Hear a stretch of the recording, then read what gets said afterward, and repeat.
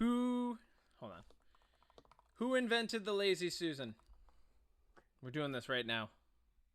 Well, I Thomas just mentioned... Jefferson, it was. I knew it. All right. Here's how this plays out in my mind.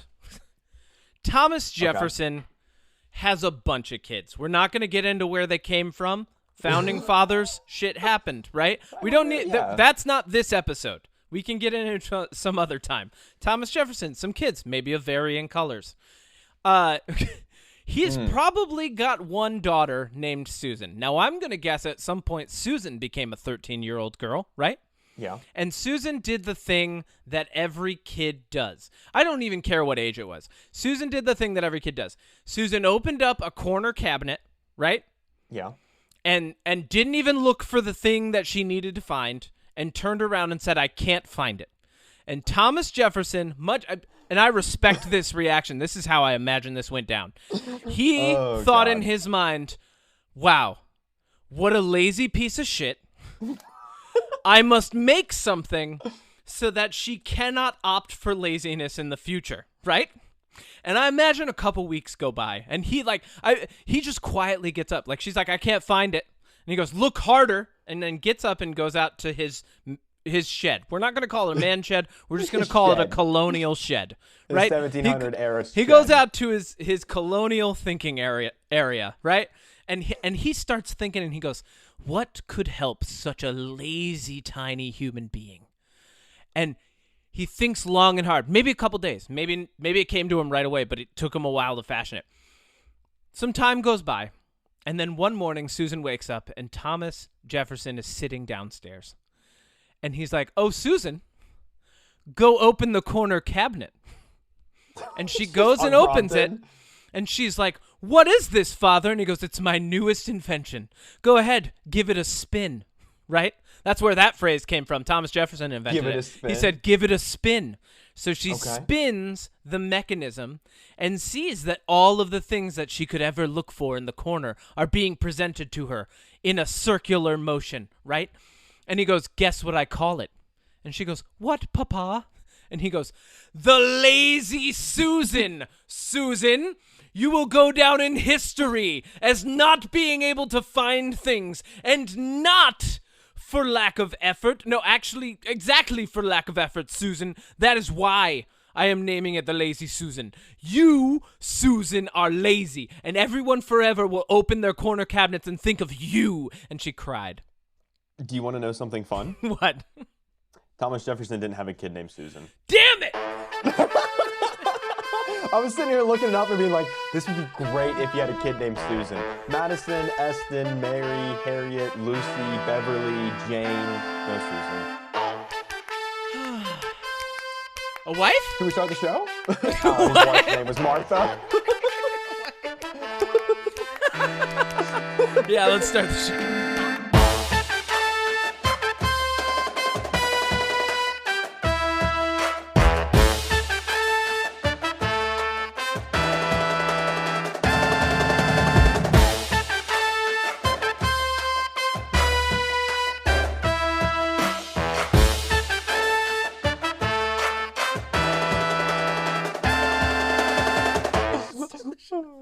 All right. You ready to clap? I'm ready to clap. And then I have a fun fact for you before you talk about Lord of the Rings. All right, here we go. Ready? All right. 3, 2, 1. Perfect. Every time. Yes. So every I briefly time. mentioned, before you introduced us, but I briefly mentioned as a joke, Duran Duran. Yep. Do you know where, this is like the only thing I know about this band. I have a bunch of random facts about a bunch of random things. Okay. Do you know where they got their name, Duran Duran? No. From the villain of the classic 1960s or 1970s Barbarella movie. Okay. Yeah, the movie Barbarella, the villain is Duran Duran, or Emperor Duran, I think. And the band, most famous for Hungry Like a Wolf, in my opinion, that's where they got their name from. Wait. Yeah. Definitely most famous for Hungry Like a Wolf. Yeah, you're right. Yeah. So that's my fun fact about Duran Duran, where they get their name. That's cool. Do you like Duran Duran or Tears for Fears more? Tears for Fears. What? Oh, 100%. Thank you. Yeah. Thank you. I thought you were gonna say Duran Duran or Flock of Seagulls, No. and I would have picked Flock of Seagulls. No, Flock of Seagulls. No. You don't like them?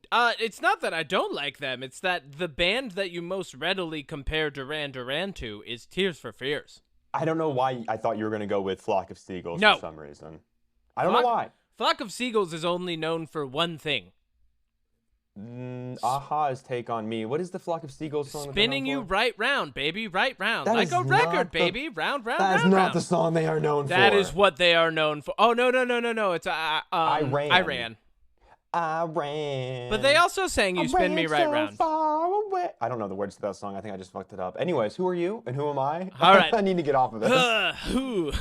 Okay. Lazy Susan, Flock of Seagulls, Duran Duran. All right, let's hit it. Barbarella. Welcome back to another episode of Unpop Podcast, a pop culture podcast where we touch on a potpourri of pop culture subjects. My name is Kevin Miner, he, him. With me, as always, is... Odie Matthews, a very confused they, them. Wow. Why? I know this is season 0, as you like to call it. It is season 0. But the thing is, the intro keeps changing, and I feel like our audience is going to get confused because the intro, they're not going to know what podcast they're listening to. They're going to be like, wait a minute. I thought this was the Unpop podcast about this, but then every intro is different, and now they're like, we're talking about potpourri? Yes. Listen, I like to cook just as much as the next person, but I don't want to be talking about is decor for scent, not for cooking. I mean, I use it with my steak with a little bit of garlic and thyme. I'm thinking of rosemary. Oh my God, Odie. Have you been putting potpourri on a steak? All right, can we You're a monster. You're going to edit this out, right? No, I'm not. That's going in. Everyone's going to know forever that you put home decor bullshit on steak, Odie, and you feed it to people. The funny thing is, I don't even eat steak that much. No? Like, that's a once a quarter treat. I would, yeah, same. I'll probably have it on my birthday, and that's about it. Same. What do you have for second breakfast? Well, right now, my first breakfast this morning was a bowl of blueberries, raspberries, strawberries, and then just some orange juice. What about 11sies? Well, after we got done recording earlier, I had a chorizo breakfast burrito and got myself a coffee. What about midday snack and late lunch? Well, lately my diet has changed drastically. My lunch, I meal prep, usually a protein pasta dish is what I've been doing. I did a turkey and like tomato sauce pasta it was just decent, simple meal. And then dinners lately have been a lot of vegetables and fruits and just like a meat. We've been really just, dialing it back. I told you about this earlier in the week that we changed our diet quite a bit because of your inspiration. Aw, I inspire people. You didn't get the joke that I was making, and it was a Hobbit reference because we're still talking. Oh, you did? No, I didn't. Oh, wow. I didn't get it. Oh, okay. I didn't think so. That's Merry and Pippin, baby. You call me dumb? No. I'm just saying that had you watched Lord of the Rings this week like you said you would have gotten the joke. But now I get to watch it with all the knowledge that you're about to tell me more about. That's true. Let's do a recap and talk about why this is a part 2. Recap from last episode. I attempted to summarize the entire universe of Lord of the Rings in 10 minutes. That was my fault. And it went to 40? It took 40. We finally got around to understanding enough information that we could actually start the Lord of the Rings movie. Let's go over a couple key players one more time. One more time. Morgoth. He's been Morgoth. kicked. Yeah, Morgoth. Yeah, Melkor. He's the embodiment of evil. He's not an analogy for Lucifer, although he is just as evil as Lucifer or any other embodiment of evil in any other religion. J.R.R. Tolkien built an entire language. Well, he's built multiple languages, and we'll touch on that as we go. Morgoth has been kicked out. Sauron has basically taken his place because there's essentially like a power vacuum for evil, but Sauron was influenced enough that he took his place. During the Second Age, Sauron forges some rings. This is now in the beginning of The Lord of the Rings. Sauron forges some rings. They go out to the dwarves. They go out to the elves. They go to the men, right? And then Sauron's like, I'm going to corrupt all you bitches. And then the elves and the dwarves and the men get wise to it. And they're like, you know what? We're going to march on Sauron's kingdom. We're going to go F it up. So they go to Mordor and they start fighting Sauron. But then Sauron actually shows up. And we know from last episode that he's essentially a demigod, right? He's one of the Maiar. Just like Gandalf. Yes, just like Gandalf. So he shows up. And he's like, I'm going to start effing people up with my mace and stuff. But then Isildur ends up chopping him. Oh, my God. It's chaos in here. Okay, hold on. Well, while Kevin dips out, I will gladly fill in, as the role of the co-host is, to fill with words and things that I would say here. And normally, you know, somebody would probably just choose to ramble in this period, but I am going to share information. I'm going to share knowledge. I'm going to share experience with you guys, because why I have this time, that's what I want to use it for. I'm going to use it to share knowledge. So let me start right now with this. The meaning of basically everything when you... Oh, and Kevin's I'm back. pretty sure that in ancient Egypt, I fucked up so bad because there are two cats here. And their existence is to torture me. They wake me up in the middle of the night. They are fighting each other and clawing at random things. They go and they vomit randomly on things. They're in my face when I don't need them to be. When I'm actually doing something, they start like just rousing themselves around, right? But everything else that I'm doing, like if I'm doing nothing, they will go far away. And the moment I like pick up a pencil, it's like a signal goes out into the universe and some karmic strand picks up and they lift their heads and they're like, let's fuck him up. I swear to God, these cats. Before you came back, I was talking to the listeners and you just came in and steamrolled our conversation. Sorry. I don't care. Anyway. Yeah, me either. So. The listeners might, but. So. Sauron's hand gets cut. I have one question. What? Never mind, I forgot my question. Keep going. Sauron's hand gets cut. Oh, wait, I remember. All right. Are you upset with me for interrupting? No, go. That was my question. What? If you were upset with me for interrupting. Oh, no. So Sauron's hand gets cut, and they... and then a man gets the ring, right? So a man has it, and an elf named Elrond takes him to Mount Doom, and he's like, cast the ring, and the guy's like, I don't think I will today. And then he gets killed, and then Gollum picks it up, but he's Smeagol at this point, right? So Smeagol gets the ring, he takes it up into the mountains after murdering his best friend. Then he hides away in a cave. The ring essentially wants to be found, so while Bilbo Baggins is out being a burglar for a bunch of dwarves and Gandalf, who's another demigod on the plane of Ea, specifically on Arda, Bilbo stumbles upon Gollum, and he's like, hey, here's some fucking riddles for you, Gollum. And Gollum's like, I got riddles for you, and if you don't guess them, I'm going to eat you. And then the ring's like, I'm lost. And Gollum's like, hey, I can't find my ring. And then Bilbo's like, I found a ring, because the ring's like, find me, right? So then he brings it back home, and it stays in the Shire for a long time, and he has an unnaturally long life, but he ends up being slightly corrupted by it. Gandalf shows up. He realizes that Sauron's becoming a little more powerful again. But his first tip-off is that this ring is a little bit odd, right? So the ring kind of hides itself from Gandalf, and I think that's a trick of Sauron's. Like, he's like, all right, I'm gonna have a ring, and it's gonna not be too obvious to the Valar or the Maiar because they're other demigods and they'll F me up. So he's got this ring. Bilbo's got it for a long time, and then Gandalf essentially sees it, right? So now we're in the beginning of the Lord of the Rings. So here we are at the very beginning. Galadriel's explained the whole battle and the ring hiding itself away and being gone for centuries, essentially, right? Being lost to time, and people forget about it, right? They're like, oh, things are okay. We're fine. But as we soon find out in the very beginning of Peter Jackson's Lord of the Rings, things are not fine. And Bilbo has the ring, and it's Sauron's ring. I actually watched the opening sequence before we recorded. Good. Of the first one, like the Second Age, they take down Sauron. Yep. Somebody uploaded a 4K version of it, which, you know, obviously these movies were shot early 2000s. A long time 4K. ago. Yeah, so they re-enhanced the footage, and I'm going to tell you, Sauron is one of the coolest movie villains. I forgot how fucking cool he looks before he becomes a giant eyeball in the sky. even when he's a giant eyeball in the sky.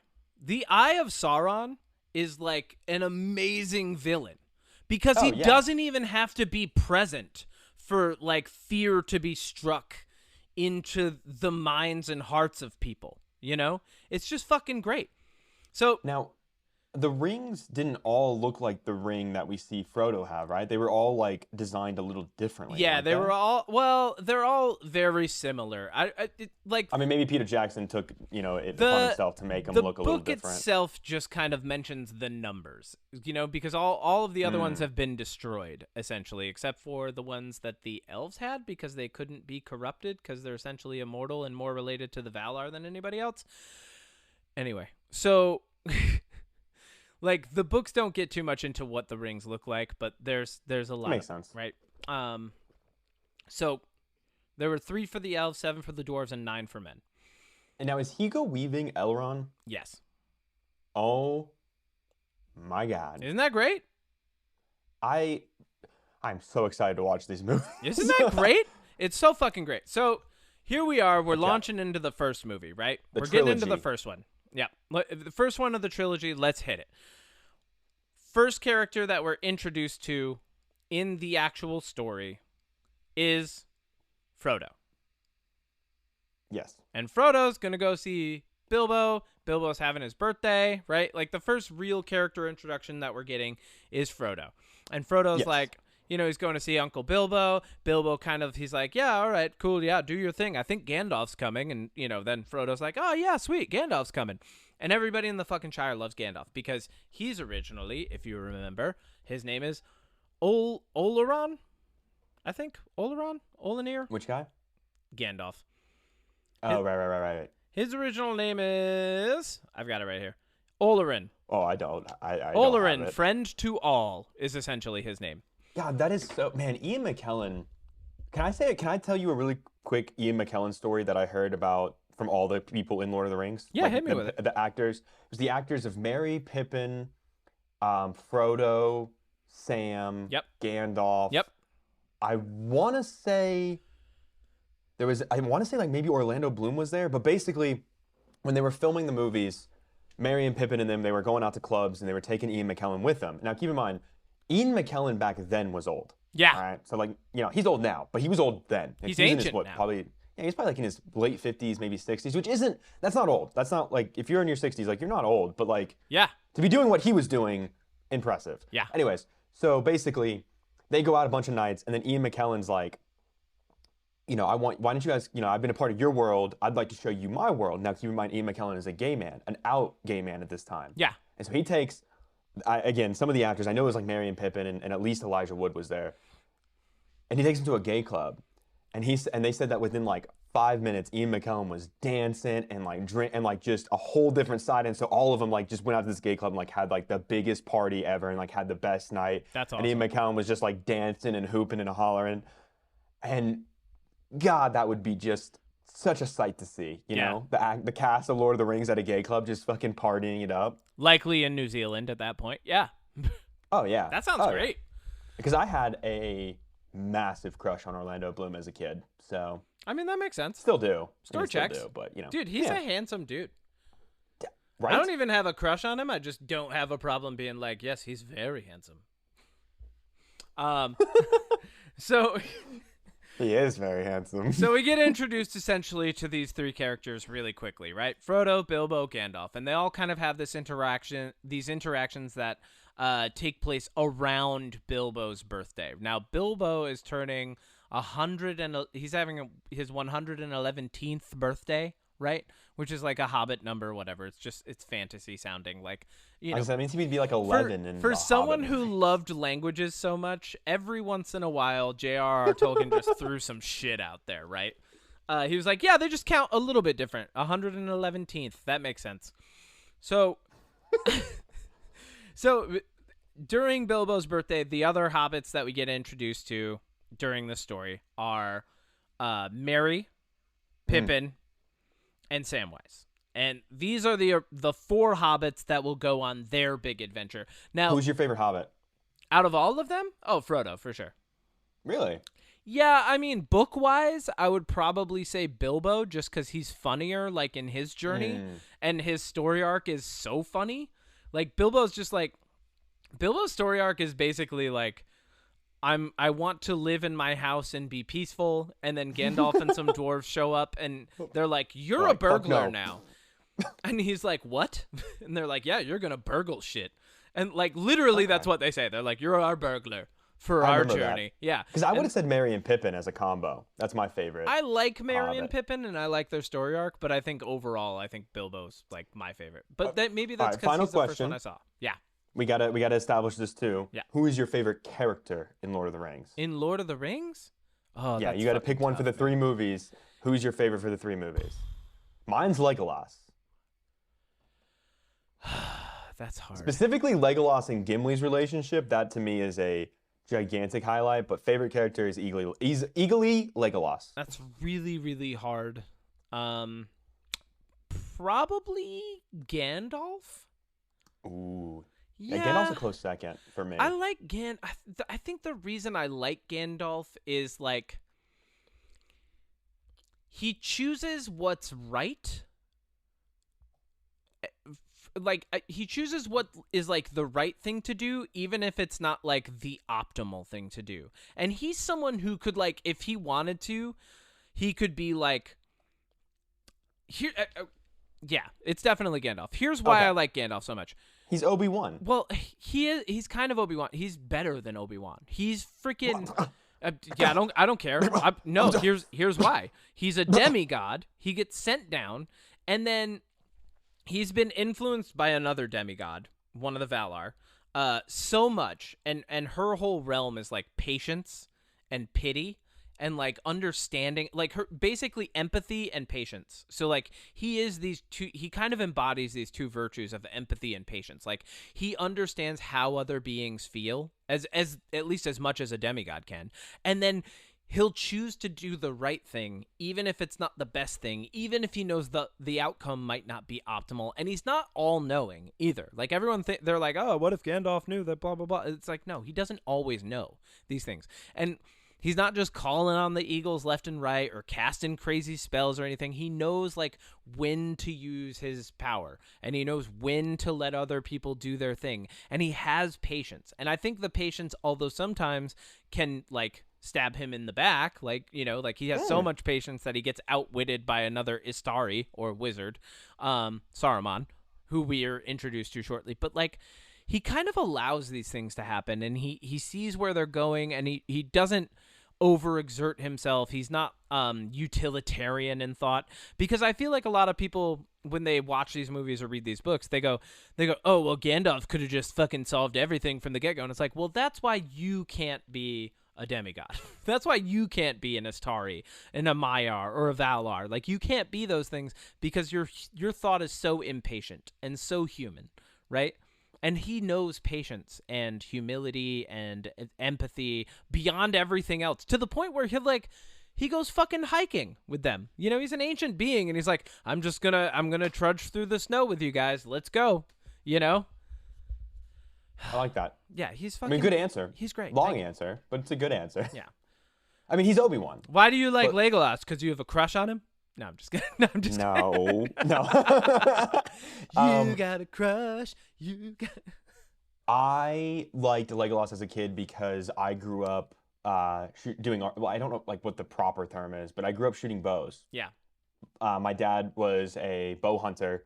Yep. So I grew up with a compound bow and a recurve bow, and in my backyard in Indiana on our farm, I used to just have fun with archery practice all the time. So when Lord of the Rings came out, I was like, he has what I have, only he is really good at it, and I am not. So I like him. But also, I just think Legolas is a really interesting character because he is our window of the main group. He is the window into the Elvish world. Yeah. And I like that. I like his relationship with Gimli. I like his whole character arc. I like the way he treats others. I like that he's a little cocky because he knows he's fucking incredible. Yep. But he's not so incredible that he can save the day, like in the Battle of Helm's Deep and Two Towers. Like, he doesn't save the day, but he tried. Yeah. He's not overpowered to the point where he can do everything, but he is strong enough to do a lot. Yeah. And I like that. He puts his best effort in. best foot forward, maximum effort. It also helps that Peter Jackson, this is like the first time that he made elves I think Peter Jackson helped to make elves like sexy. Like they're just like, this is the first time that like I think properly elves just became like sexy in canon, like in a universe. Like someone's just like, and elves? Peter Jackson was like, and elves are sexy. I'm going to rank my elves right here. Best looking elves, Keebler. Second best looking elves, Santa Claus. You're weird, bro. Third. Anyways. You're weird. Okay. Why? You don't like Keebler elves? Their cookies are good. They're tiny and they look weird. And they're like all their members either. of the AARP for sure. And they're... All right. Okay, All right. My questions are done. We've established favorite characters. I feel like that's important. Okay. I don't know why, but I feel like it's important. Okay. Yeah. Are we good to keep going? Well, I don't know. I mean, I guess. Sweet. So at Bilbo's birthday, we kind of see some character establishment of where like the hobbits might go and develop. Like you see Samwise, and he's definitely like, he's a hobbit who has longing in his heart, but he's really true to form. And the one thing that he cares about more than anything else is love in the world, which I think really comes into play later, because that concept of love doesn't just embody itself in like familial or romantic love. It also comes about in a sense of platonic love later. He is the hobbit who's the most capable of love and like a willpower derived from that. And it's really cool to see that early on with him being in love with Rosie. I think her last name's Cotton.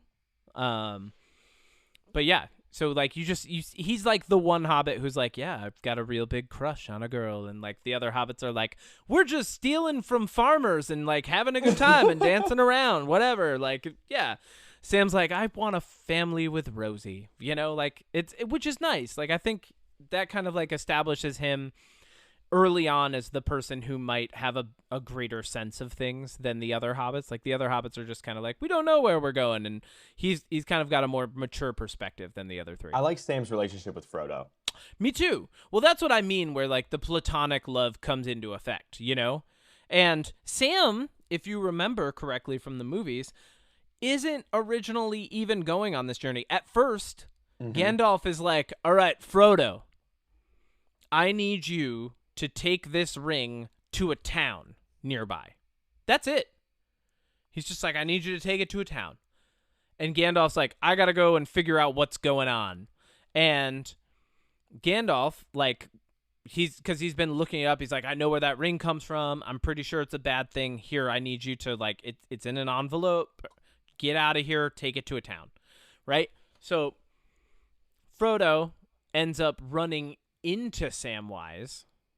Or no. Samwise is outside listening, right? He's eavesdropping on the thing because he went over to see Frodo.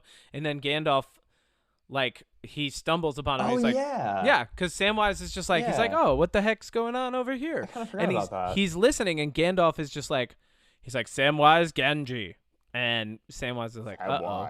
He's like, you know some shit that you're not supposed to know, and I can't trust you. So you're going with Frodo now. And then they go on their journey, right?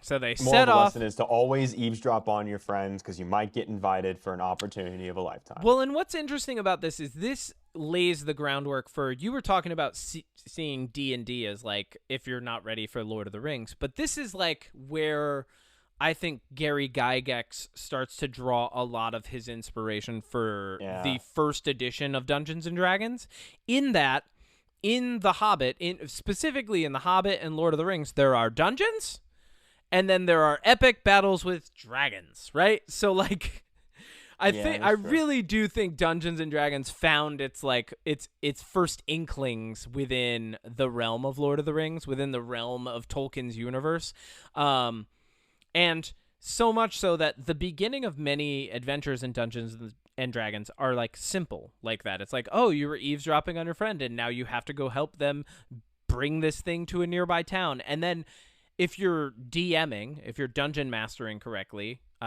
which is something that I've done for a long time, when they get to the town, you discover that there's something bigger going on, and the story continues to build in scale as you go about. Like, it doesn't just start with, we've got to save the world. This isn't like a comic book adventure. This is like oh, hey, let's just get a ring to a nearby town because our wizard friend said we have to. That's how this starts. Gandalf's just like, hey, I can't tell you much about that ring. I just know it's bad. Get it out of here. Oh, Samwise, you heard? All right, you have to go too. Now there's only 3 of us who know about this, right? What happened? Wait, when? Okay, yeah, you're right. Okay. So then they're on their way out of town, and they start going through a farmer's field. Now, in the book, there's a lot more danger associated with this than there is in the movie. In the movie, you just hear the dogs, and you hear the farmer, and you see the scythe above the corn. In the book, they could die here. They're like, oh my God, if the farmer finds us, he will kill us, right? Straight up, because he doesn't want hobbits in his cornfield. In his vegetable gardens, right? And it turns out Merry and Pippin, who run into Frodo and Sam, have been stealing from this farmer for quite some time. And that's why he wants to kill them. And you hear the dogs, but the dogs in the book, like, when they describe them, dogs are, like, pretty much the size of hobbits. Like, these dogs, they're like Doberman Pinscher style, like big, muscular, guard dog types. Black and brown, and they're sniffing and hunting and going after the hobbits, and this sends all of them running to the edge of the farm that comes to like a steep drop off, not a cliff, but a steep drop off, and then they all kind of bump into each other, hobbit style, very clumsily. They tumble down and they end up on one of the roads that leads out of town, and this is the first moment where you get like the actual influence of Sauron on the story, in that like. And Peter Jackson does a really good job. He changes like the lens, kind of like it focuses in on a narrower point of the road, and everything around it kind of bends and warps, and you get the sense that something bad is coming. You hear the sound of wind in the background, and what it is, as we find out as the hobbits are hiding below the roots, is a Nazgul. A ring wraith. And we learn this later, but at first it's just like a scary horseman with some armor on horseback, right? Like with a cloak over it, and it sounds like something. Like, they did such a good job with the sound design because they made it sound undead.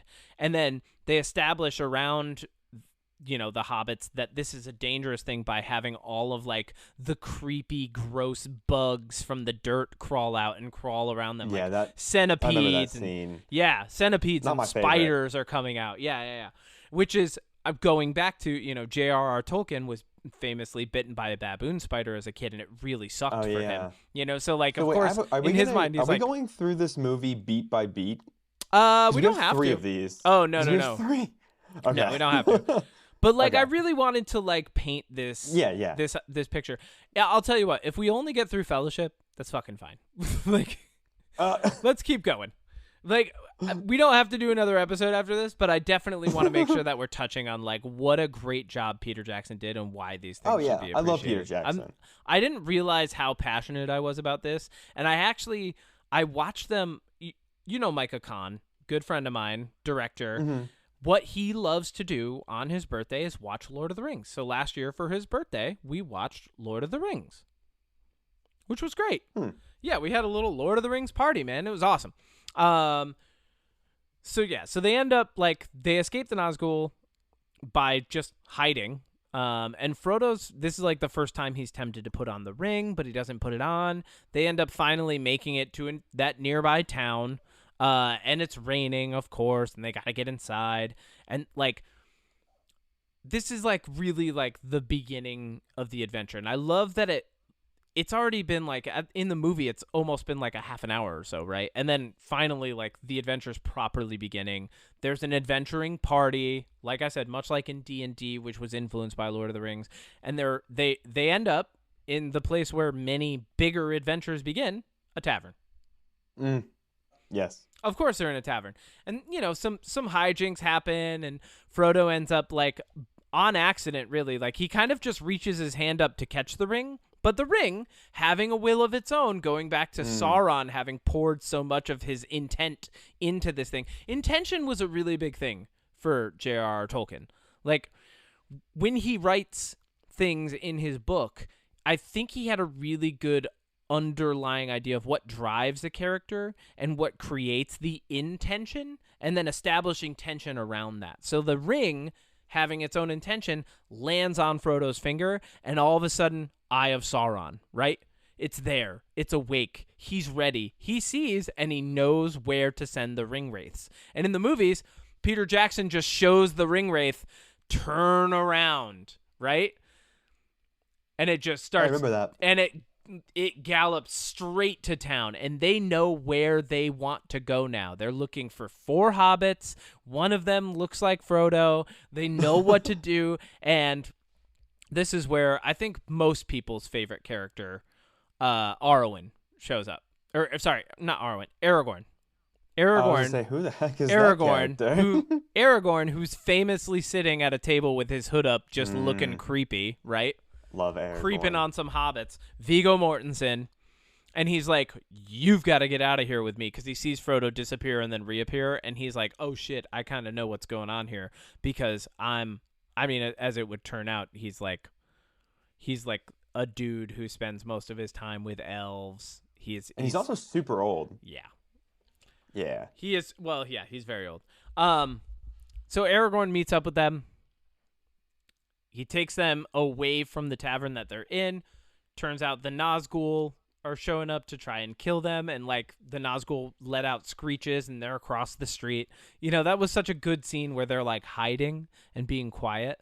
And then you see the Nazgul start stabbing things and they're not there. Like, I remember the first time watching that as a kid just being like, yo, this is dope.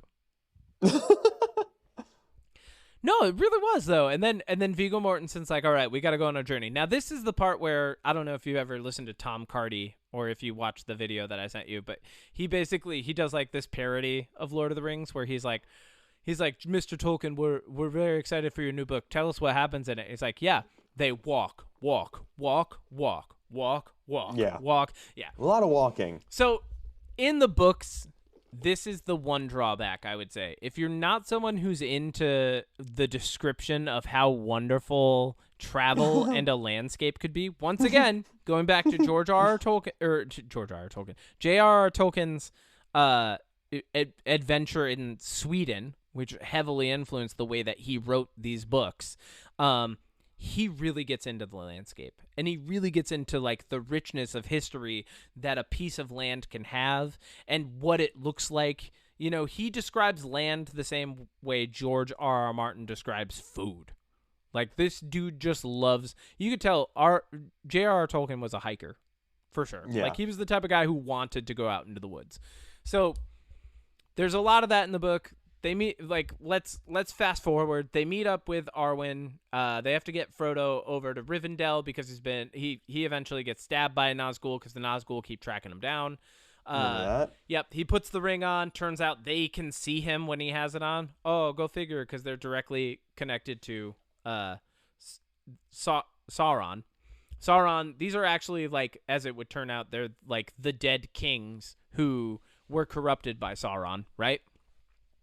Like, Aragorn has that line. He's like, they were once men, you know, like that's how they deliver it in the, and once, you know, going back to how great a job Peter Jackson did with this, Aragorn doesn't explain in great detail, like, everything that we already knew. Like, we know that 9 rings were given to men. Aragorn says they once were men, and then they keep going, and then the Nazgul show up, and then you see them for the first time when Frodo has the ring on. You see what their faces look like, and you see that these are truly like the spirits of corrupted men. So he gets stabbed. Arwen shows up. She summons a flood. The flood, like, stops the Nazgul in their tracks. They get over to Rivendell. Frodo's pretty much passed out at this point, right? Arwen rides him, like, all the way there. And then he wakes up, and Bilbo's there, and Gandalf's there, and everybody's made it there. And they're all just glad that he's safe and has been healed by the elves. Now, he's been healed by the elves because the elves are super powerful in the Lord of the Rings universe. And they don't go into super crazy in-depth explanation of this either, but the elves are pretty much immortal. Like, they've been living for a very, very, very long time. Not since the birth of the universe, but they've been around for a long, long, long, long time. And many of them have not died. Like, they came from Valinor, and that's where it's pretty much the Garden of Eden, even though, like, J.R.R. Tolkien doesn't like allegory. It's pretty much the Garden of Eden. It's paradise. It's the place that you want to be. It's behind a giant wall that protects it. Like, it's awesome. And so the elves who are in Middle-earth, as much as they're there fulfilling, like, a duty or a sense of duty and kind of, like, protecting the land from the influence of Saruman in so many ways, they're also kind of like, man, but it would be great to get back to Valinor, you know? So why can't they go back? They grab can. a plane. Actually. Go to the airport. Well, they can. Oh. But they have a good sense of duty, and they know that they need to protect the realm of Middle-earth from this corrupting influence, right? They can't let it grow so powerful again, because that's what happened back in the day. You know, Morgoth basically grew powerful enough that he could, like, raise an army and have surprise wars on them all the time. Yeah. That's true. Yeah. That makes sense. Yeah. Unbeknownst to them, this is what's been happening the entire time. And then just to recap what happened to Gandalf in all this time, because he doesn't show up in the town where he's supposed to meet them, right? Aragorn shows up. Oh, yeah. Yeah. Aragorn's there. He ends up helping them. Gandalf, being a person, like being an Istari, being a demigod, essentially, who wants to believe in the best in people, he goes to his good old friend Saruman. And Saruman has been on Middle-earth even longer than Gandalf. He was the first Istari who showed up. He's the first guy who showed up on Middle-earth, and he's, like, hanging out, and he's been influenced by Sauron very recently, like, during the Third Age. He's been influenced by Sauron. And their names are very similar, and it's confusing for some people. It used to always confuse me when I was younger. Yeah. So Saruman's been influenced by Sauron, and, like, they have that very famous moment where, you know, Saruman's like, oh, surprise, I'm shutting all the doors on you, and I'm just going to make you break dance on the floor and then send you up into the ceiling, right? Then Gandalf wakes up. He's trapped on top of a tower. How's he going to get out of there? Oh, look, an eagle shows up, right? First time the eagles show up in this movie. Yeah, and he flies out, he meets them all in Rivendell, and this is where, like, the real fellowship begins. And I think, like, if you want to start, like, jumping ahead in this, I mean, it's really hard to just, like... You know, Legolas only says one line to Frodo? In the first movie? In all the movies. In all the movies? He has one line. What did he say to Frodo? And you may have my bow. Oh, that's it? That's it. And then... well, he addresses the whole party a few times. Yeah, but does that count? I'm saying that him and Frodo don't have a conversation at all, funny. Except for that. Like, that's the only line directed towards Frodo. Because I always forget, and I think a lot, maybe I'm the only one. I always forget that, like, pretty much immediately as soon as the party is put together, it is separated. They split the party, like, immediately. Well, it's not immediate because they go on their journey and they travel up into the Misty Mountains, right? They travel up, into the snowy mountains, the Eastern Mountains, right? Yeah. To try and, because they're trying to get away from Sauron's gaze because they know that Sauron's back. Like, Gandalf basically shows up and he's like, hey, remember that guy that we defeated a long time ago? Yeah, he's not entirely gone. Yeah. Yeah. He's like, Saruman's been corrupted. We can't trust him. We have to march. We have to essentially go the long way to destroy this ring. It's the only way to get rid of him for good, I think. Like, Gandalf doesn't even say, like, I know for sure. He's not like, this is the only solution. But he's like, this is what has to be done right now. Going back to, like, what I like about Gandalf, he's like, this is what needs to be done, and I think it's the right thing. And I'll go. So what you're saying... Yeah. Right, just throwing it out there. But in a lot of ways, Sauron could be Darth Vader and Gandalf could be Obi-Wan, and he thought he killed him in episode 3, but then he found out that he actually became Darth Vader, and the ring could be like protecting Luke from Darth Vader by hiding him on Tatooine. So it's kind of like Star Wars in a lot of ways. It's kind of like Star Wars is like this book that was written in the 1940s, yes. It's kind of like Star Wars is like this thing that was written before. No, because Star Wars was a long time ago. In a galaxy far, far away? So, yeah, it's obviously before this. Obviously, yeah. But I just want to put in. I just want to make sure I got my analogy. There's no way George Lucas watched Lord of the Rings and just drew plot points from it. Nah. There's no way he did that because that was in 2001 and the first Star Wars came out in 1977. So yeah, you are correct. He didn't watch the first one. Yeah, it's almost and like draw the inspiration. first Star Wars came out from around the same time as the Hobbit movie, which was long after these books were written, Odie. I think you should continue your story. Okay, great. So then, yeah, you have your famous, like, you have all your memeable moments that happen in Rivendell, Yes. right? You know, Frodo gets all angry and almost has a face kind of like a ring wraith / Gollum for a minute, and he comes after the ring. Or not Frodo, Bilbo. He, like, comes after the ring. He, like, shows up. He's like, Frodo, I'm going to go off with the elves eventually, right? And Frodo's like, oh, that's pretty crazy and weird. Cool. And then Bilbo's like, here's my book, and also give me that ring back, you fucking piece of shit. And then and Frodo's like, whoa, Bilbo. And he's like, oh, I'm sorry, I forgot myself. Sorry, I should Didn't get have my out of here. coffee. Right? And then you have the moment where Sean Bean, who shows up as Boromir, as part of the council that's been convened, goes, one does not simply walk into Mordor. Right? Dude, Sean Bean should have had a role that lasted a little longer, in my opinion. He had the best role. He plays Boromir. Anyway, so he goes, one does not simply walk into Mordor. Everybody's like, all right, we'll go with you. You have my bow and my sword. And then Gimli's like, and my axe, right? The classics meme. Yeah. So then they head off on their journey. Caden's here. Do you want to say hey to Caden? You want to say I hey? mean, sure. Say hey. Hi. Hello. Here, hold on. Go ahead. Hi. Hello. We're talking about Lord of the Rings. Oh. You like Lord of the Rings, right? Yeah. All right, cool. Who's your favorite character in Lord of the Rings? Is it Legolas? Yeah. I thought so. His favorite character is Legolas. Yeah, because he's smart. Okay. He's smart. He's a good kid. He is a smart understands. kid. All right. So anyway, they go off on their adventure, and like you said, the party pretty much gets together, and then after a few weeks of journeying, which in the books is made to seem much longer than it is in the movies, because in the movies, once again, Peter Jackson, great effing job. These movies are perfect. He really man. does. He really did a great job because there's so much traveling, and he does such a good job of just being like, here's a montage of them walking because you don't need to see all of it. You don't need all the conversations. Here's the important shit. Here's where they're getting to. Doesn't it look great? What?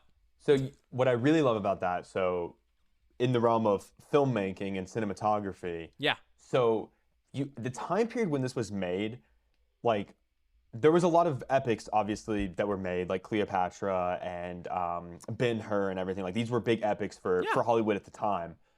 But what Peter Jackson did by going to New Zealand, and I mean, I don't know if a lot of people know this, but like part of the reason they filmed it in New Zealand was not because of just how beautiful it was, but was also because the tax breaks and how it helped the local economy of New Zealand, because filmmaking there wasn't very popular until Peter Jackson popularized it with this trilogy. Yeah. And that's why they returned. But anyways, the sweeping landscape shots and stuff that he did. Oh, they're so great. Like, to achieve that today, Kevin, could, with $15,000, go on a website and buy a cinema drone that could get those kind of shots, right? Yep. But those didn't exist in 2001. No. And if you like any kind of aspect of filmmaking or behind the scenes like I do, and you want to nerd out about it, the behind the scenes of Lord of the Rings is some of my favorite when it comes to filmmaking. I mean, because it's just incredible from start to finish. Making these movies was such a labor of love, it almost killed him. You know? Yeah. Yeah. Yeah, man. No, he did such a good job. I like to geek out about the cinematography thing. No, I'm with you. I got into an argument with somebody. Somebody put up, it was a TikTok, and it was movies with the best cinematography, and then they credited the directors as the cinematographers. So I commented, and I was like, hey, common mistake, like directors don't shoot their own movies. Maybe we should give credit to the cinematographers. And then I listed who the cinematographers were for those movies, and people were replying to me and being like, why? Yeah. They were being like, why? Like, it doesn't matter. Like, it's the same. Like, it's the directors not the deserve. Same. Somebody told me that the directors deserve the credits, not the cinematographer. And listen, as somebody who wants to be a cinematographer, that really pissed me off because... Odie, here's your mistake. You decided to share on the internet. Correct. Yes, you decided to tell the internet that it didn't know everything. Well, I was just trying to be like, hey, like the director, you can credit the directors, but like let's credit the people who actually shot the movie. Odie, how dare you assume that people on the internet don't know everything? They're on the internet, Yeah. Odie. All the information's fault. there. Yeah, it's my They fault. know everything. They're already on it. Yeah, they should listen to the Unpop podcast. They should. Yeah. So we're not getting past Fellowship of the Ring. I think this is a good point to end. If you ever want to go through the other movies, Odie, we can jump into it. We'll do some other random shit. But I think let's wrap up the Fellowship of the Ring conversation, and then we'll end this podcast shortly after that. Straight up, the party gets together. They journey together. They get to the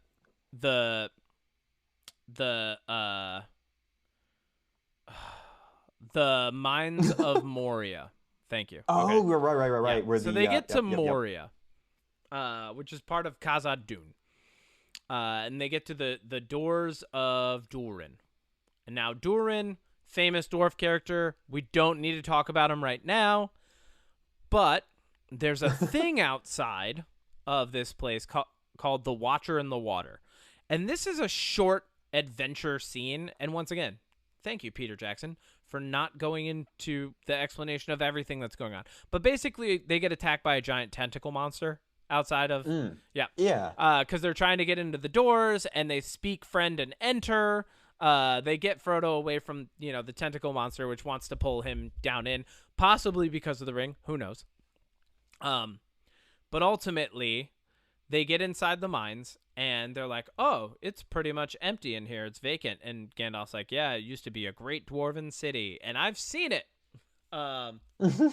He's like, I know that it used to be a great dwarven city, and it really did. And the dwarves and elves used to get along, and there was like so much history that goes on here. And I love that, once again, they don't do a bunch of exposition and just explain it. What they do is they show you, hey, it's empty. It used to be great. Imagine how it must have looked, right? And then they get up into the tomb of Durin, and there's basically like, a hastily scribed inscription talking about being attacked by goblins and orcs, because goblins and orcs have taken this place over. And then, as if on cue, what ends up happening is we see the linear character of Merry.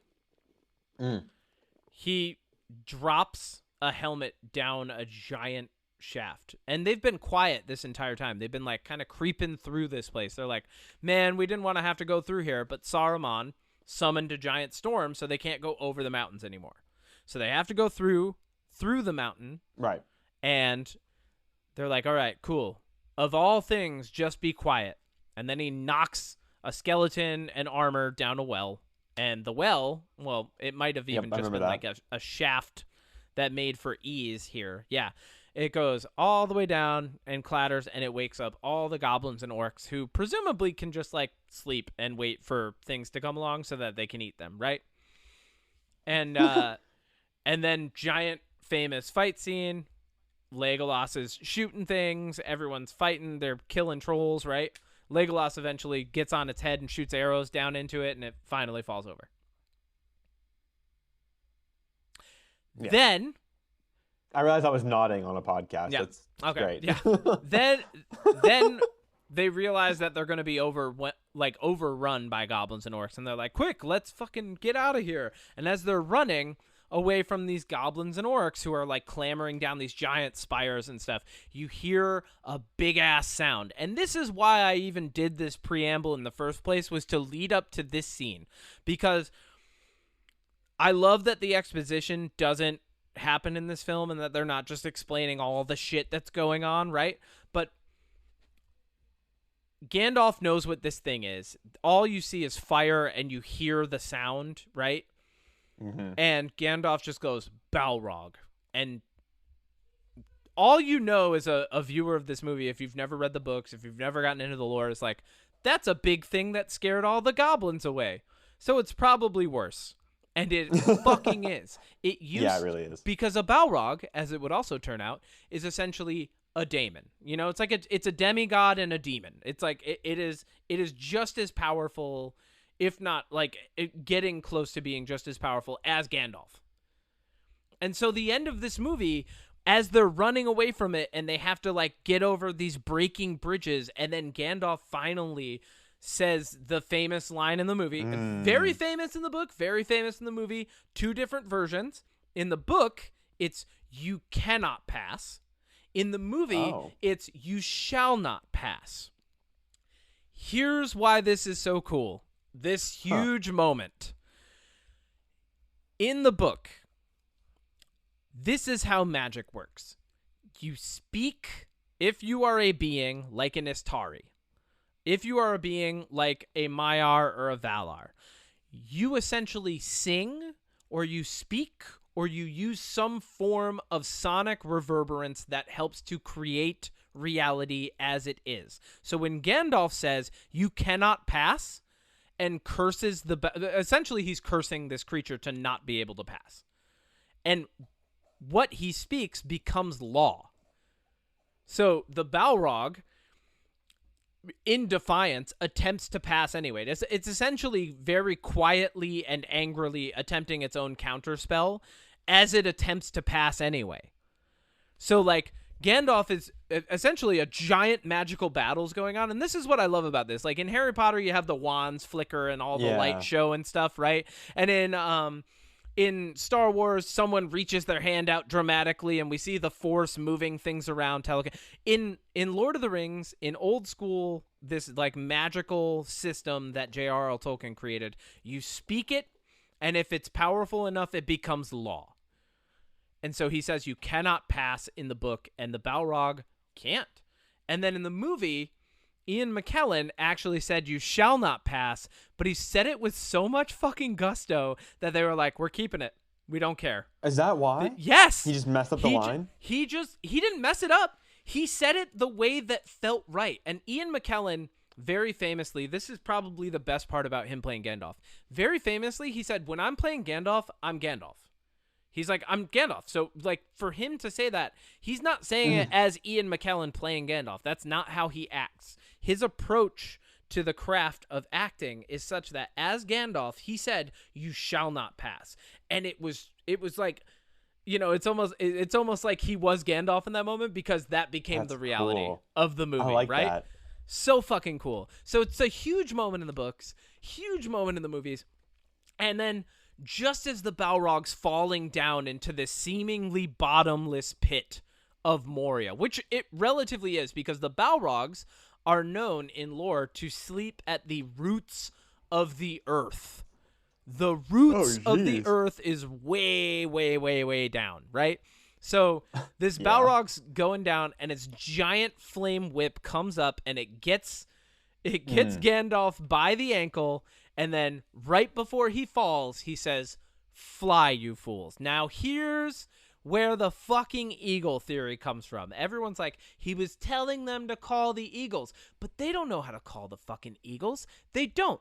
Gandalf calls the eagles. So why would he say "fly, you fools" if he was it's not like he expected them to just go outside and like call eagles down. They can't do that. They don't have this connection with the universe. So that theory is moot. It's bunk. It doesn't make sense. Gandalf said "fly, you fools" because fly is an old school expression for run faster, right? I always thought he said "run, you fools." No, he says "fly, you fools," which means go as fast as go so fast that you are coming off of the ground, right? That's what he's saying. Yeah. He's not saying anything else. There's no coded language there. He's saying what he means, and then he gets pulled down. Now, very early on in the other movie, we find out Gandalf actually fights and beats a Balrog, but it nearly exhausts everything that he is in his current incarnation. In his current incarnation, he's still learning. He's Gandalf the Grey, right? Yeah. And he ends up coming back later as Gandalf the White, which is a beautiful thing because it shows that even as a demigod, he can essentially die in that corporeal form, right? Like essentially experience what a mortal might call death, go off into the great everything that is Eru Iluvatar's universe, regroup himself, and return more wise, more prepared. You know, like Eru Iluvatar can basically go, "Nope, not your time. You go back down." Or Gandalf himself, can just be like, "Yeah, you know what? I will go back down and continue overseeing this. And this is why this is like this is such a cool thing, because these demigods have an actual stake in the shape of the universe, and I feel like part of them does feel responsible for it not being perfect completely, right? Part of them is like, I feel like part of them is eternally just like, what if we could have done more to stop Melkor, to stop Morgoth, to stop all these bad things that continue to happen over and over again? Why did we forgive him multiple times? Why did we allow him the breadth and room to continue to breathe evil into the world? Why did we not stop Sauron right away? But instead of like, miring themselves in these questions, they're just using action to attempt to make the world better actively all the time, which is fucking cool. Wow. So does that mean that the wizard in the Hobbit movies, the one that's like the wood wizard, is he also a demigod? Radagast, Are all yes. wizards demigod? Yes, they are called Istari, and the Okay. Istari are I think they're all Maiar, which are lesser. They're the lower tier of the divine beings, right? So the Maiar are lesser, so they're not as powerful as Morgoth, they're not as powerful as Manwë, but they're powerful. Like, they're still very, very powerful, and their influence can be felt on the plane. Sauron is a Maiar as well. So you've got Sauron, Radagast, Gandalf, Saruman, all of these powers that are interacting with each other on this plane of existence. And what, like, going back to like why I really, really, really love the films, Peter Jackson never touches on any of this. He's like, he as a director, he had a choice. He could have gone super nerd, like off the rails, and explained everything and tried to like indoctrinate people into the universe, or he could remain true to the words and to the idea that like big moments would essentially communicate themselves whether or not people knew the breadth of them, right? You don't have to know everything that you and I just talked about for an hour to appreciate how epic these movies are. You can just watch them and be like, wow, that's amazing, right? Well, yeah, and that's the thing with Peter Jackson. One of the movies that I was obsessed with as a kid was the 2005 Peter Jackson King Kong. Oh, so good. Because when I was even younger than that, the 1933 version of King Kong, we had it on, my grandma had it on like VHS. I watched it all the time. I was obsessed with it. I'm obsessed with King Kong. I love the original 1933 movie. Yeah. It is a filmmaking wonder for the time. Like, it is an incredible achievement. But like, the story of like Kong and Skull Island, like the way Peter Jackson did it is, now I'm like thinking about it, it's exactly what you're talking about, how he did it with Lord of the Rings, is he took moments that like probably could have been explained, like a lot of things in King Kong, and he just kind of let the story explain it for you, and I like that. That's a good point. Yeah. No, he's a great director in that when he is left to control the creation, he doesn't dumb it down. He doesn't overcomplicate it. He just shows you.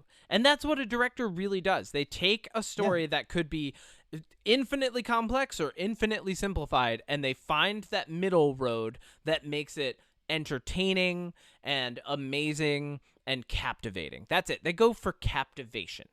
And that's how I feel every time I watch these movies. Like, the reason...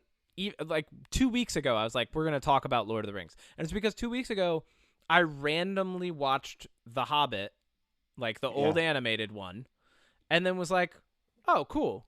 I'm going to watch Lord of the fucking Rings. And I just started it. Like, no part of me was like, that's too long. No part of me was like, you're not going to watch it all in one go. I was just like, yeah, I'm going to start rewatching it. Also, Magic the Gathering is doing a crossover with Lord of the Rings, and it's fucking cool as hell. But ultimately, when I restarted it, I was like, shit, I could talk about this on the podcast with Odie. This is a really cool thing. And the reason that I want to talk about it is and I've talked about it a few times already. It informed so much of the fantasy genre and so much of the way that people have approached world building thereafter. Like, whether fantasy or sci-fi, people who have gone to build worlds have referenced the Silmarillion. They've referenced Lord of the Rings. They've referenced other writings of J.R.R. Tolkien, The Hobbit even. They've gone and looked at those and gone, okay, cool, I can use this structure and I can build my own world following the guidelines that have been put forth. There's like The Hobbit, The Lord of the Rings, some of the other writings that J.R.R. Tolkien had, and the Silmarillion are basically a blueprint for anybody who ever wants to make a universe. Yeah, I would agree with that. Yeah. I mean, you can see it in a lot of things, too. You can see it in a lot of the big franchises that have universe building. Yeah. Some better than others, but, you know. Yep. Oh, some better than... For sure. I mean, and the best part is, like, none of them are perfect because they're made by people. They come up in our imaginations, and they're amazing, and we appreciate them for what they are. Like, look, Elder Scrolls, right? Amazing universe. Is it perfect? No. Like, look at even the world of the TV show Vikings. Like, amazing show, amazing universe, great construction, even though, like, great use of history. Is it flawless? No. But it's really good, and it's captivating, and that's what we want. We want good stories. And I have a feeling that J.R.R. Tolkien's love of language and his love of world building is what made these stories good, because he wasn't just writing them for the sake of writing a story that, like, people would like. He was writing them out of a genuine passion for making something. Just for making. Yeah. Yeah. You know what's going to be you know what I'm excited for now? Yeah. Is I get to do my Star Wars version of this. All right. I'm in. When are we doing that? That was the agreement. But you know what? I'll say it here and I'll say it now. Yeah. We're going to cover, and I already told you this, but we're going to cover the Old Republic era. Okay. The era that not a lot of people know about. The era prior to where we pick it up in episode 1. Here's my question. In the Okay. Old Republic era, who's Yes. Sauron? I'm just kidding. There I'm isn't. just messing with Well, I you. was gonna say. Well, so I thought you meant more like. I thought you meant like who's the Sauron baddie. Yeah, that's that's what what I you meant. meant. But I'm just messing Well, around. so because well, we you know how kept like, drawing those comparisons. So Oh, I was gonna say. Well, there isn't really a baddie because the thing about Star Wars that people don't understand is that these people live. Like most people live for like a normal amount of time, right? Yeah. Like with the exception of some species like Yoda and Chewbacca and stuff. Oh yeah. So much like how Palpatine was only really around for 80 years. Yep. Out of the Old Republic era lasts for like 1,000 years. So you're talking about multiple. There's so much that happens. I'm glad Very we're cool. talking Old Republic because I don't know anything about it, and I really don't care for the whole Palpatine storyline. So yeah. I'm in. Okay. I'm See, in. I think I can change your mind about the Palpatine storyline. Okay. If I give you all the information about it. That From him being born to his demise in episode 9, like his story, okay. I'm not gonna lie, is actually pretty good. That will be our next adventure. That'll be one of them. We'll put it on the list. Absolutely. I don't think I need to. Do we do what? What are you watching? What are you listening to? Do we do a consumer update on this one, or no? Sure. Okay. In the time since I left, I consumed. What? Oh, you know what I listened to actually? Caden actually really enjoys a couple of Black Sabbath songs. So I was listening to Iron Man and War Pigs and stuff. And like he likes Master of Puppets by Metallica. So we've been listening to some classic metal lately too, man, which has been so fun because metal now, like the metal that I listen to now is so different.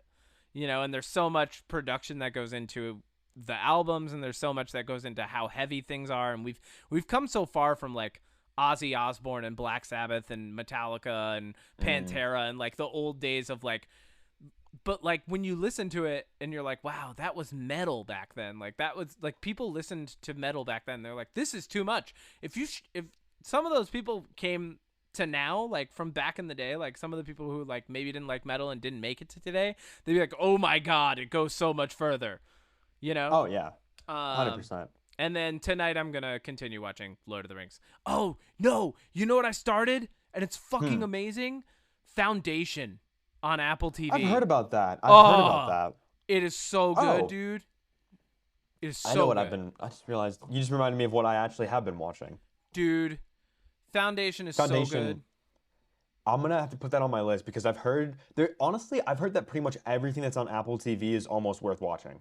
Can verify. Yes, I've watched just about everything on Apple TV. Because I want to watch Severance and I want to watch Shrinking. Severance And is I want to watch amazing. Silo. Shrinking is amazing. Silo is good. Foundation is good. Yeah. There's that Jason Momoa one that's like C. Apparently, it's pretty good. Oh yeah. But Brandon's been watching a couple other ones too. There's one with Nikolai Coster-Waldau called "The Last Thing He Said to Me."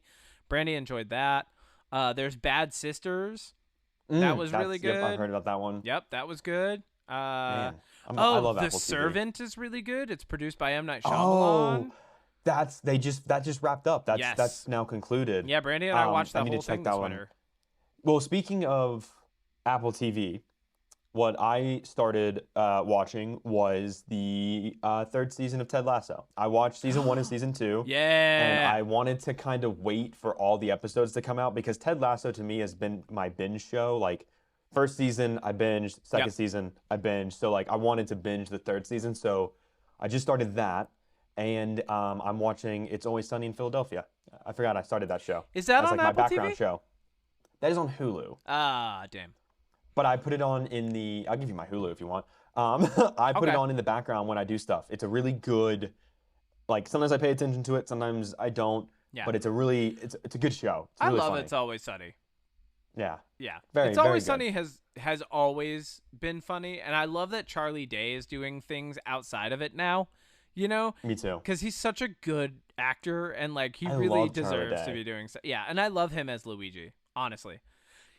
I only think it would be like true to form if they cast like Mac or Dennis as Waluigi. That would be hilarious. I would only love that. The chemistry that they would have just naturally would be so good.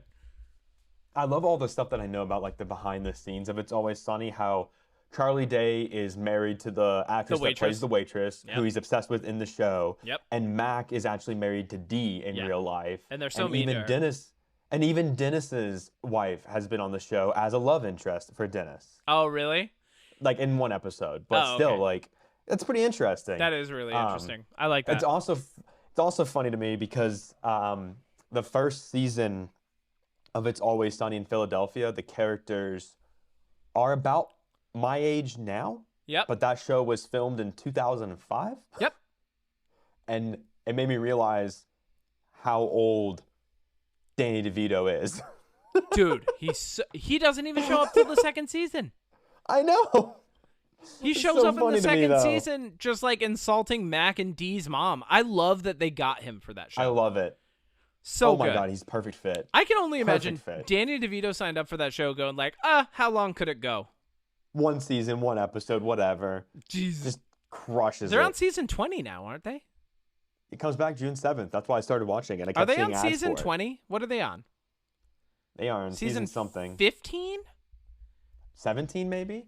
They've been going so long. One of my favorite little anecdotes about that show was that the guy who plays Dennis,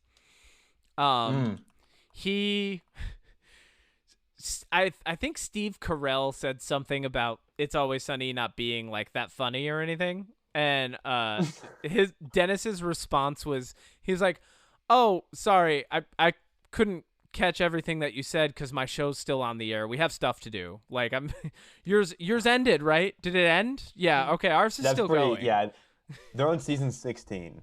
Jesus, that's still impressive. Yeah, that's still very impressive. That's 16 years, right? Is it?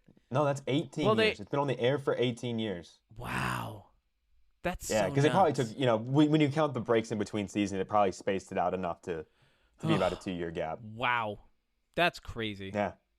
Nuts. Yeah, man. Still going. I think they got renewed up to season 18. Good. I hope they find I hope that it's one of those shows where like they knowingly like off themselves or each other in the last episode, and like everyone's just like that's how it had to end. I hope it ends like Seinfeld, like they all go to jail or like I don't know something. I hope that they all get hit by a random car. Like man. They all fly off on eagles and get dropped into a volcano. And put rings on. Yeah. Oh man. Uh, What? well- Who do you think? Okay, here's the last thing. We'll end on this. okay. Oh God. All right. Let's cast the It's Always Sunny characters, not just the actors, but the characters as people in Lord of the Rings. Hear me out. Danny DeVito as Bilbo. Okay. Yeah, cranky old man. I could see that. Charlie Day. I would. Who do you got for Charlie Day? I'll let you. You go. I don't know. Charlie Day. Oh man, he's so dumb. Who's the dumbest character in Lord of the Rings? Merry. I was gonna say Merry or Pippin. Honestly. Merry or Pippin. And then I would say D as Arwen, but only if you do Dennis as Aragorn, so they can just rip on each other the whole time. That is factual. Yep. And then Mac, I actually, I think Mac would be a really funny Gandalf. I was gonna say Gimli. Well, I was gonna say Gandalf just because, like, oh no, wait, Boromir, Sean Bean's character. Oh my God, yeah. I can just imagine the council at Rivendell. He's like, you guys, you can't just walk into Mordor. Here, listen, I've got a plan. Yeah. Perfect. Damn, great. What do you think that episode would be titled? It's Always Sunny. But if they're doing Lord of the Rings, what do you think that, like, if It's Always Sunny, if the Lord of the Rings had a title of an It's Always Sunny episode, what do you think it would be called? It'd either be like the gang simply strolls into Mordor. Yep. Or it would be like the gang takes a really long walk. Like it'd be a play on how long they walk in that movie. I've got a good one for you. Okay. Frank loses his ring. That's a good one. That is a good one. All right, that's the episode.